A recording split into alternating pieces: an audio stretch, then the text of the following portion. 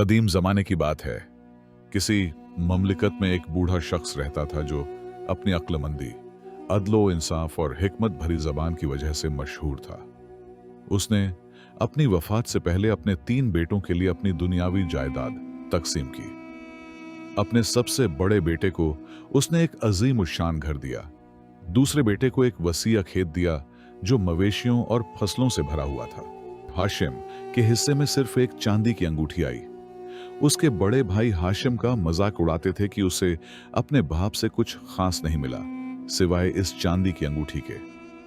वक्त गुजरता गया और वह अक्लमंद शख्स इस दुनिया से रुखसत हो गया। हाशिम अपनी बीवी लैला के साथ जंगल के किनारे एक छोटी सी झोंपड़ी में आ गया। हाशिम के पास कोई माल और जायदाद नहीं थी, इसलिए उसने लकड़हारे का काम शुरू कर दिया। वह सुबह सवेरे लकड़ियां काटने निकलता और उन्हें बेचकर अपने दिन का रिज़्क कमाता। फिर शाम को अपनी बीवी के पास वापस आता जो एक कनात पसंद औरत थी। वह हमेशा मुतमिन चेहरे और शुक्रगुजार दिल के साथ उसका इस्तकबाल करती। जो अल्लाह ने उनके लिए मुकद्दर किया था उस पर राजी रहती। लेकिन इसके बावजूद हाशिम के दिल में यह सवाल उठता रहता कि उसके बाप ने उसे सिर्फ एक अंगूठी क्यों दी, जबकि उसके भाई ऐशो आराम और दौलत की नेमतों में डूबे हुए हैं और वह गरीबी और मेहनत में जिंदगी गुजार रहा है। एक रात लैला को शदीद दर्द उठे। वह चीख उठी, ए हाशिम, मुझे लगता है कि मेरी विलादत का वक्त आ गया है। हाशिम घबरा गया और बोला, ए रब, गांव बहुत दूर है और दाई का घर उससे भी दूर। हमारे पास इतना वक्त नहीं कि हम वहां पहुंच सकें। मेरे पास कोई चारा नहीं सिवाय इसके कि मदद के लिए किसी की तलाश करूं। हाशिम जल्दी से निकला, अल्लाह से दुआ मांगता हुआ कि उसकी परेशानी दूर हो। वह फिक्रमंद अपनी बीवी की हालत के बारे में दौड़ रहा था कि अचानक एक गड्ढे में गिर गया और उसका चिराग बुझ गया। उसने आसमान की तरफ देखकर बुलंद आवाज में कहा, ए रब, मुझे मायूस न कर, मेरी बीवी दर्द में है और मुझे दाई की जरूरत है ताकि उसकी मदद हो सके। इसी वक्त एक घोड़ा गाड़ी की आवाज सुनाई दी जो करीब आ रही थी। गाड़ी रुकी और उससे एक बूढ़ी दाई उतरी जो सुल्तान के महल में भी अपनी खिदमत सिरंजाम देती थी।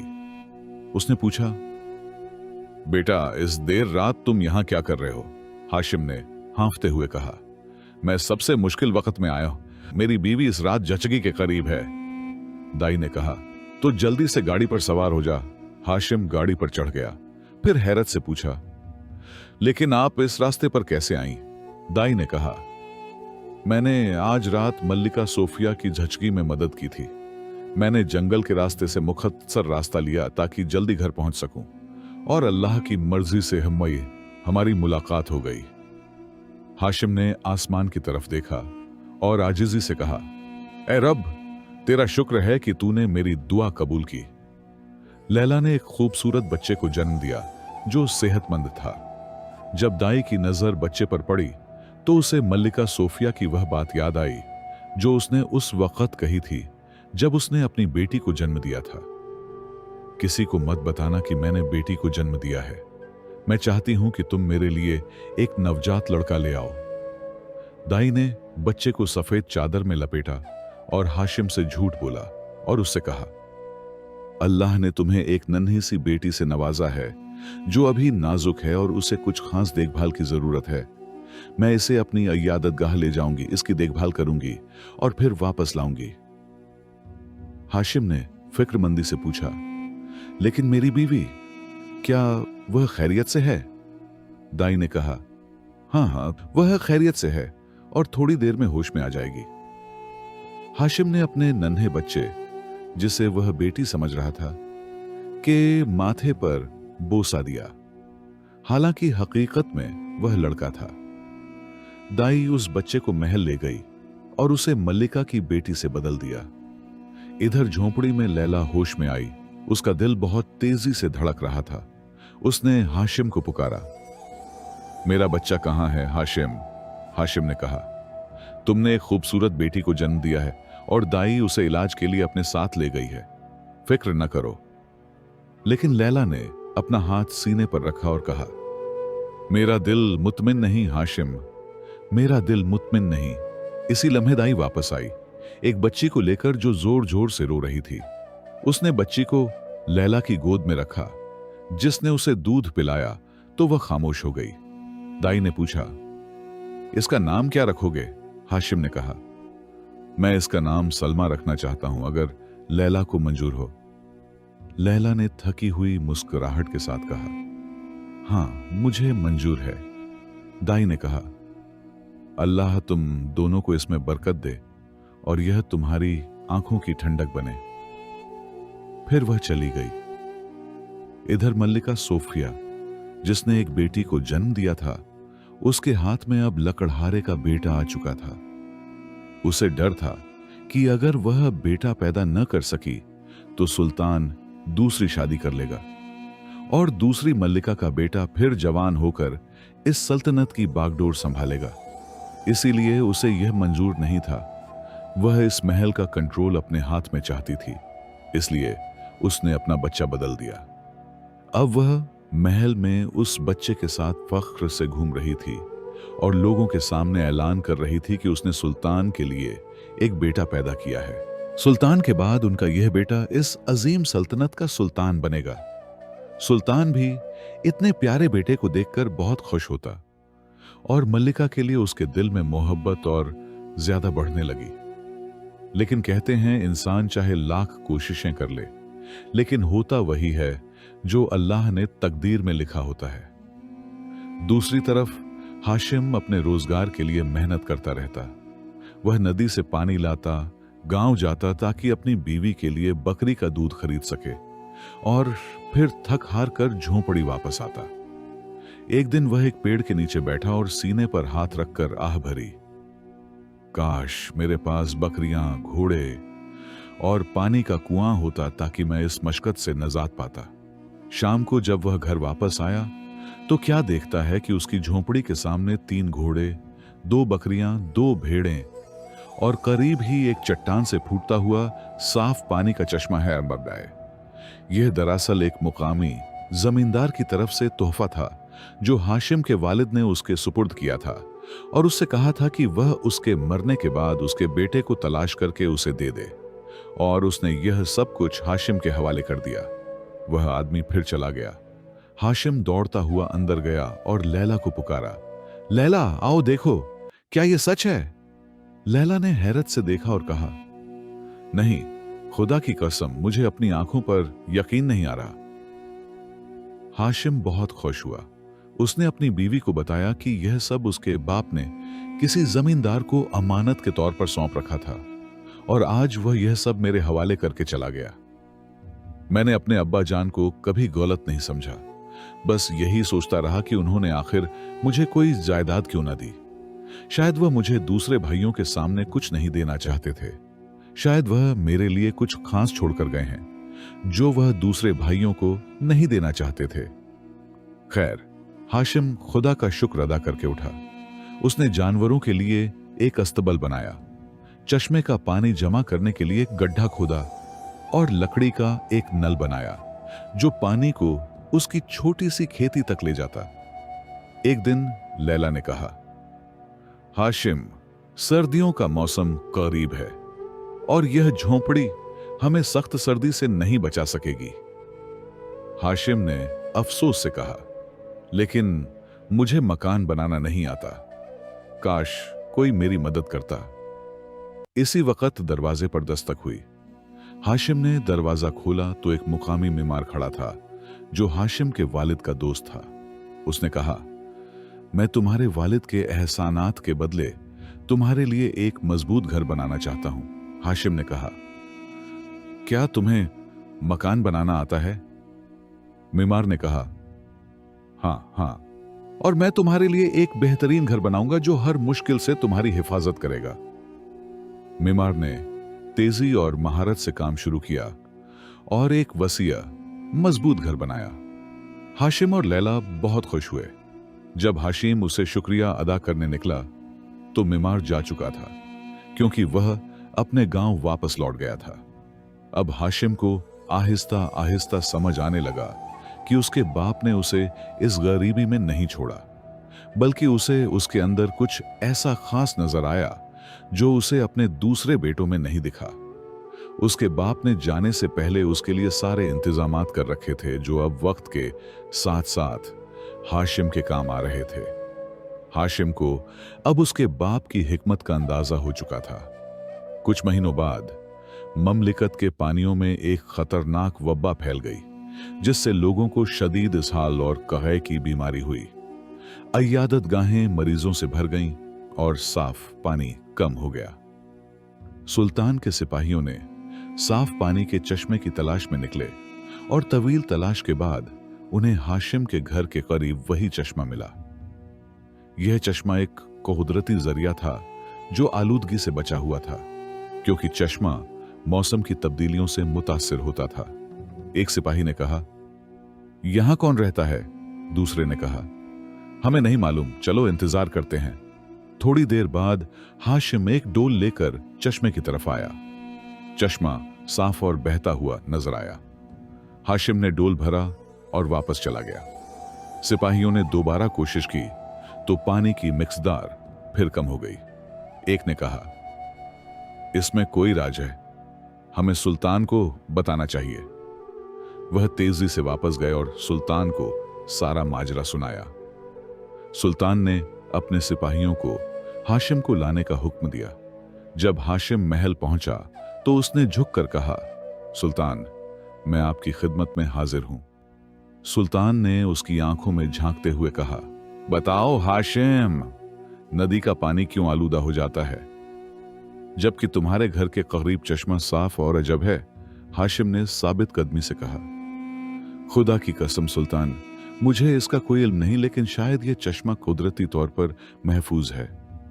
सुल्तान ने गुस्से से कहा, अगर तूने हमें कोई हल न दिया तो मैं तुझ पर इल्जाम लगाऊंगा। हाशिम ने कहा, लेकिन मैं तो सिर्फ एक लकड़हारा हूं, ना हकीम हूं ना आलिम। सुल्तान ने कहा, मुझे परवाह नहीं कि तू कौन है, 3 दिन के अंदर दवा ला, वरना तू फिर सूरज की रोशनी नहीं देखेगा। अब जा। हाशिम परेशान हाल घर वापस आया और लैला से कहा, काश मैंने अपने वालिद का छोड़ा हुआ इल्म उलौशाब पढ़ा होता तो मैं लोगों को बचा सकता। इसी लम्हे अलमारी से एक पुरानी किताब गिर पड़ी जिसके सरवरकड़ पर लिखा था, इल्म उलौशाब। हाशिम ने इसके सफ़हात पलटे तो उसमें बीमारियों, उनकी वजहात और इलाज के बारे में अबवाब मिले। उसने एक तरकीब देखी जो पानी साफ करने के बारे में थी। उसने इसके मुताबिक दवा बनाई और उसे नदी में डाल दिया। पानी दोबारा साफ और अजब हो गया जो लोगों की प्यास बुझाने लगा। सुल्तान इससे बहुत खुश हुआ और उसने हाशिम को दरबार का हकीम मुकर्रर कर दिया। लेकिन जब बूढ़ी दाई ने हाशिम को महल में देखा तो वह घबरा गई। वह तेजी से मल्लिका सोफिया के पास गई और कहा, ऐ मल्लिका आलिया, मुसीबत आ गई। मल्लिका ने कहा, क्या बात है, बता।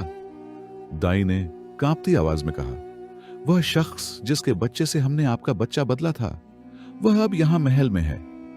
मल्लिका घबरा गई और कहा, वह कौन है? दाई ने कहा, वह हाशिम है, नया हकीम।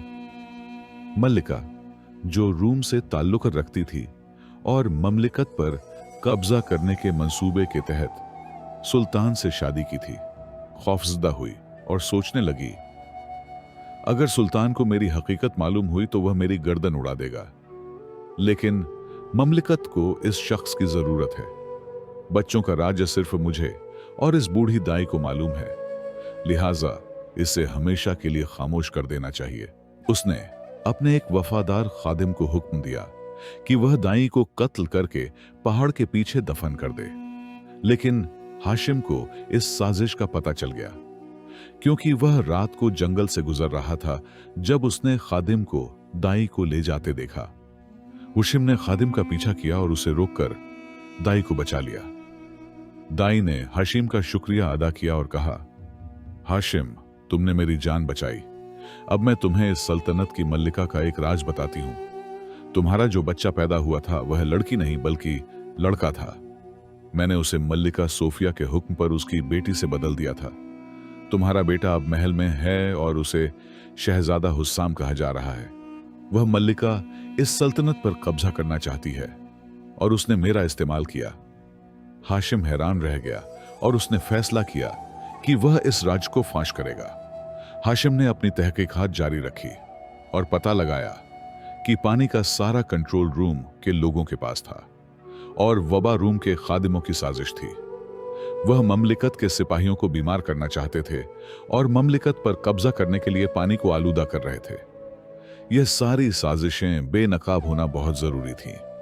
एक दिन वह पहाड़ पर एक जख्मी शख्स से मिला जो रूम का एक खादिम था और वह अपनी आखिरी सांसें गिन रहा था। उसे किसी जहरीले सांप ने काट लिया था।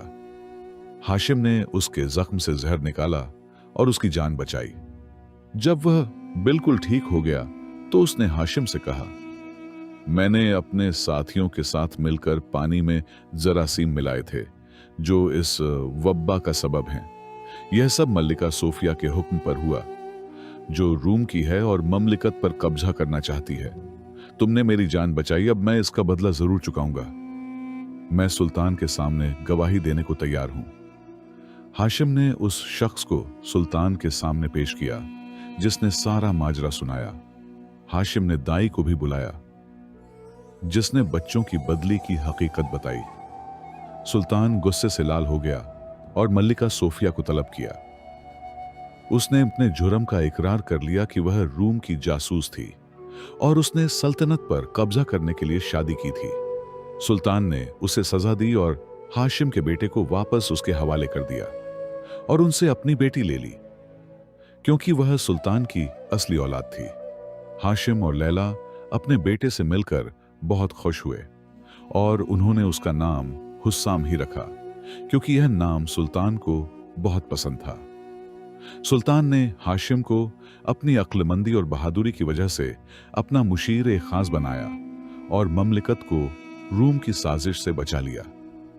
दोस्तों, यह कहानी यहां खत्म होती है। हाशिम की अक्लमंदी और बहादुरी ने न सिर्फ उसका बेटा वापस दिलाया, बल्कि पूरी ममलिकत को दुश्मन की चाल से बचाया। यह कहानी हमें सिखाती है कि अल्लाह की लिखी हुई तकदीर पर कामिल यकीन, सब्र और अक्लमंदी से जिंदगी के हर इम्तिहान का मुकाबला किया जा सकता है। हाशिम की कहानी से जाहिर होता है कि जो कुछ अल्लाह ने हमारे लिए मुकद्दर किया होता है वह हमेशा हमारे लिए बेहतरीन होता है, चाहे इब्तिदा में वह मामूली या नाकाफी दिखाई दे। हाशिम ने अपनी गरीबी और मुश्किल हालात में भी मायूसी की बजाय मेहनत और ईमानदारी से काम किया और तकदीर ने उसे वक्त आने पर वह सब कुछ अता किया जो उसके बाप ने उसके लिए छोड़ा था। इसके अलावा सच्चाई और इंसाफ की राह पर चलने से न सिर्फ उसकी झांकी जिंदगी संवरी, बल्कि उसने पूरी ममलिकत को रूम की साजिश से बचाकर एक बड़ा कारनामा अंजाम दिया। यह कहानी हमें बताती है कि इंसान को कभी हालात से शिकवा नहीं करना चाहिए, क्योंकि तकदीर के फैसलों में हमेशा खैर छिपी होती है, जो सब्र और नेक अमल से वक्त पर सामने आती है। यह हमारी कहानी यहां खत्म होती है, लेकिन कहानियां कभी खत्म नहीं होती, बल्कि हर बार एक नए रूप में जन्म लेती रहती हैं। अपनी राय कमेंट्स में शेयर करें कि आपने इस कहानी से क्या सीखा। आप किस शहर से इस कहानी को सुन रहे हैं? अगर यह कहानी आपको पसंद आई तो लाइक और सब्सक्राइब करना न भूलें। मिलते हैं एक और नई वीडियो के साथ। तब तक के लिए अल्लाह हाफिज।